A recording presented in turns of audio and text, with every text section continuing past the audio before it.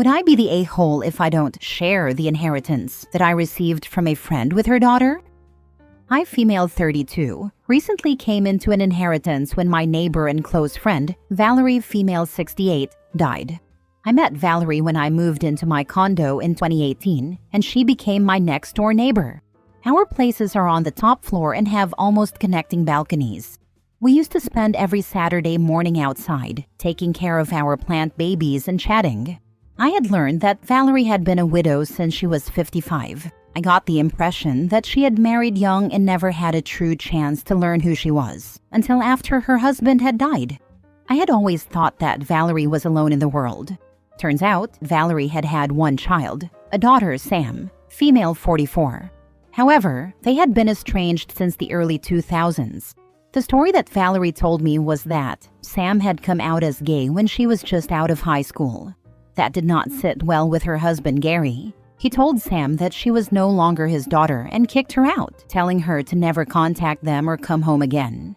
The whole situation broke Valerie's heart, and it was her biggest regret in life. She told me that she had always wished she had tried to fight for Sam, but in the moment, she was so shocked that she watched the whole thing happen without saying a word. When I first heard the story, Valerie told me that she hadn't reached out because she didn't know how to even try. So I did some internet sleuthing and found Sam on Facebook. It turns out that Sam had managed to build a good life for herself. I helped Valerie draft a heartfelt message to Sam. Valerie apologized for everything and told Sam how much her perspectives had changed over the years. Valerie also asked if they could try to build a new relationship.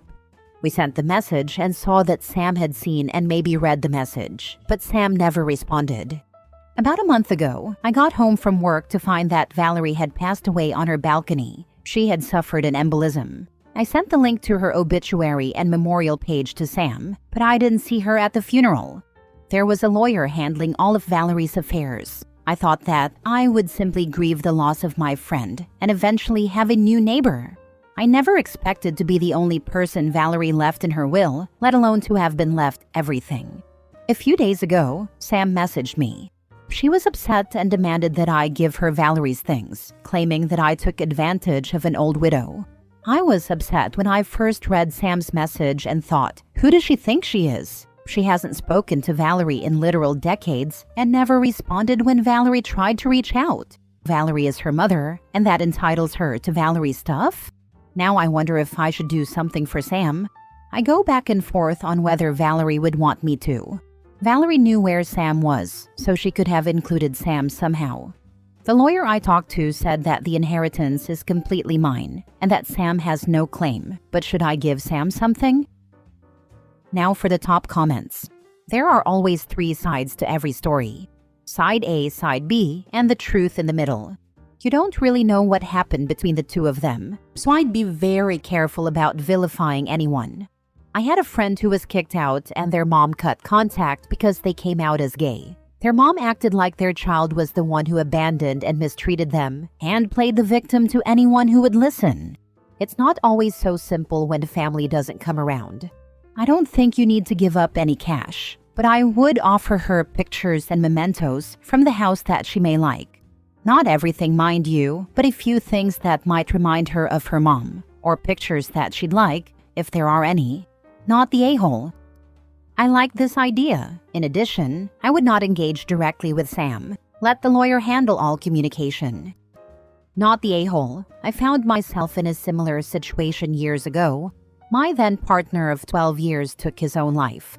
Unbeknownst to me, I was made his beneficiary to a small insurance settlement. I immediately reached out to his family to get info on his 2 minor daughters. I was going to give them both some money for college. Without knowing why I was contacting his family, the mother and his sister, they were horrible to me. They called me every name in the book. They actually had a memorial service for him and forgot to tell me.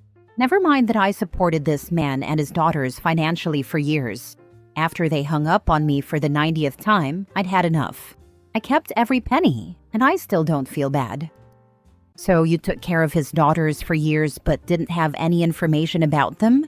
I think there is something missing in this story. I mean, screw those people, but something isn't being said here. It's possible she never got custody of them, so when he died, his minor kids couldn't live with her anymore. Semi-similar, but I knew a guy who raised 2 kids from infants to 10 and 11, both girls. Well, his girlfriend broke up with him, and he had no legal recourse because, legally, he was just some dude. Next story. Am I the a-hole for not inviting my sister's new stepkids to my in-laws' lake house? My sister is in her mid-30s, and I'm almost 30, ripped to my 20s. She's always been a handful and can be difficult. She officially got divorced a year ago, but was separated for much longer. She's been with this guy named Rick for a while. He has 3 kids with 3 different moms. The 2 older kids are teens. The most recent child, a baby, happened while he was dating my sister when he cheated on her. She decided to stay with him, and now she's pregnant with his 4th child, making her his 4th baby mama. She already has 2 kids with her now ex-husband.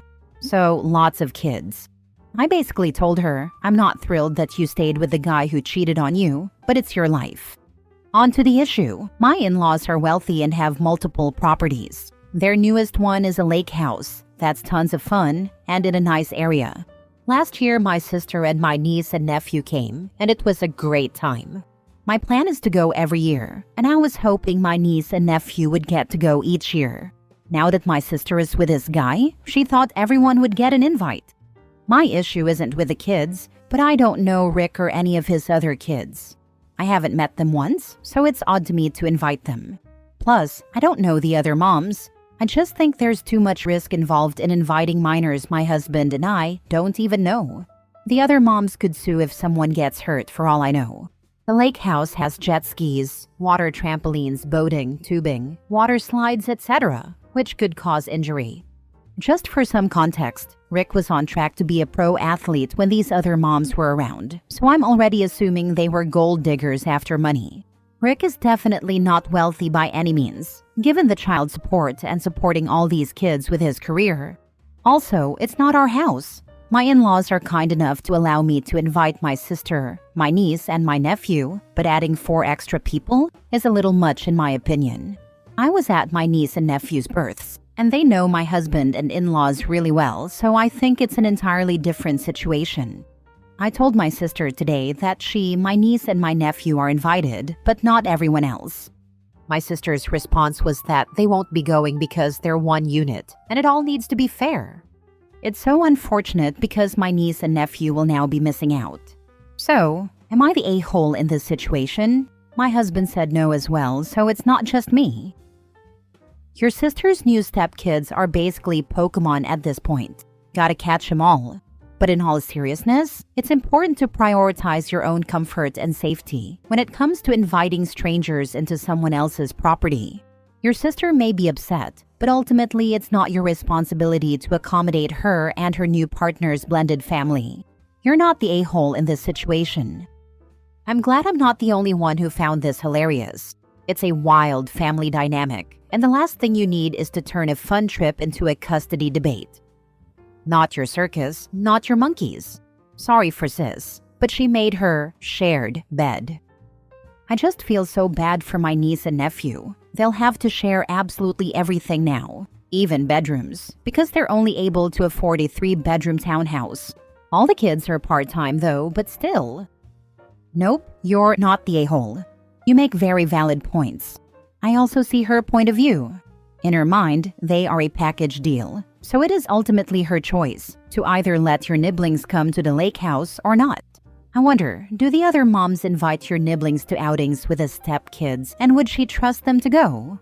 I have a feeling the answer would be no, so she shouldn't be upset with you either. I know so little about the other kids that I couldn't even answer that question, unfortunately. Your only answer at this point should be, I invited you and your kids because my in-laws know you. I am not inviting people they've never met into their home. And stop. Discussing liabilities and baby mamas, while valid, just gives your sister far too much ammo to look for a loophole to try and force you into agreeing. I never mentioned that other stuff to her. It's just something my husband and I discussed. I only said because I don't know them. My niece, nephew, and you are the only invited. Next story. Am I the a-hole for making my husband's family leave? after they showed up with an extra guest? My husband, 36 male, and I, 34 female, recently hosted a small, intimate dinner at our home for his family.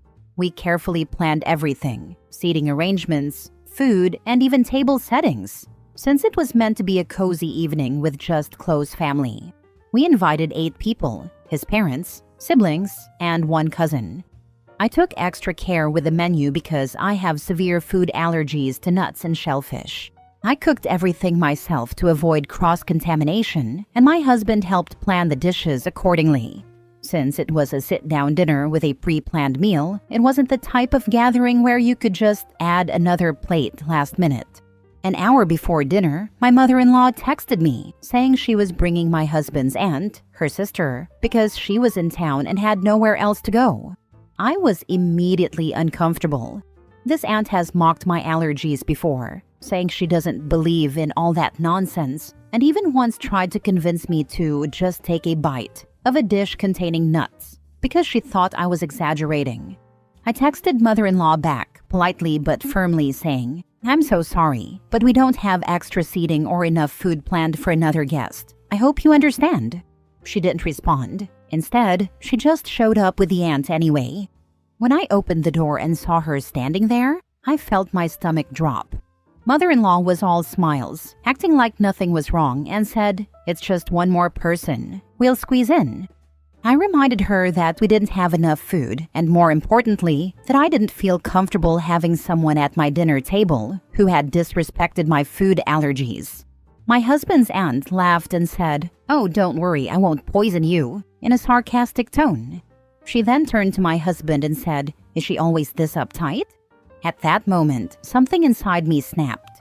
This wasn't just about the extra guest. It was about the complete disrespect for my boundaries and health. I turned to my mother-in-law and said, "I told you we didn't have room for another person, and yet you still showed up. I don't appreciate being ignored in my own home. If you can't respect that, you're welcome to leave." Silence. Then mother-in-law's face turned red and she said, "Are you seriously kicking us out over one extra plate? This is beyond rude." My husband's siblings jumped in, calling me dramatic and ungracious, saying I could have made something extra or just dealt with it. But I stood my ground. I told them that I wasn't okay with my boundaries being ignored, and if they couldn't accept that, they didn't have to stay. At that point, my mother-in-law scoffed, grabbed her purse, and stormed out. The rest of the family followed, grumbling about how I ruined dinner over something so small. My husband didn't say much during the argument, but after they left, he told me he understood my frustration, but thought I could have handled it more tactfully instead of outright telling them to leave. Now his family is furious with me, saying I was cold, inhospitable, and made a scene over something trivial. Mother-in-law even called my husband later, saying she was hurt that we chose to humiliate her over something so minor. My husband still supports me, but he also admitted he wishes I had handled it differently to avoid this huge rift. So, am I the a-hole for refusing to accommodate an unexpected guest and making them leave when they ignored my clear boundaries? Now for the top comments. The issue wasn't the additional plate. The issue is someone who disrespects you doesn't get to be a guest in your home. Not the a-hole. You told mother-in-law no and she ignored it. The aunt was way out of line with her remark. At least the trash took itself out. No more dinner parties for those who want you to lay down and be walked all over. She came in with both bowling barrels blazing as soon as you answered the door. They planned this, and I'd never invite them again. Ask your husband exactly what way he would have handled it differently. I mean exact words. Then ask him why he didn't say any of that or anything at all while you were being insulted by his witch of an aunt. I would avoid her forever. Not the a-hole. Not the a-hole. If your husband wished that you handled it differently, he could have stood up for you then and there. So why didn't he? That is a pretty good point that I didn't think of and have not discussed with him yet. I'll discuss this with him today. Thanks. I'd have slapped a can of Alpo on a plate and called it handled myself. Last story. Am I the a-hole for not wanting to pay for my girlfriend's friend's meal? So my girlfriend, 27 female, and I, 28 male, went out to dinner last night.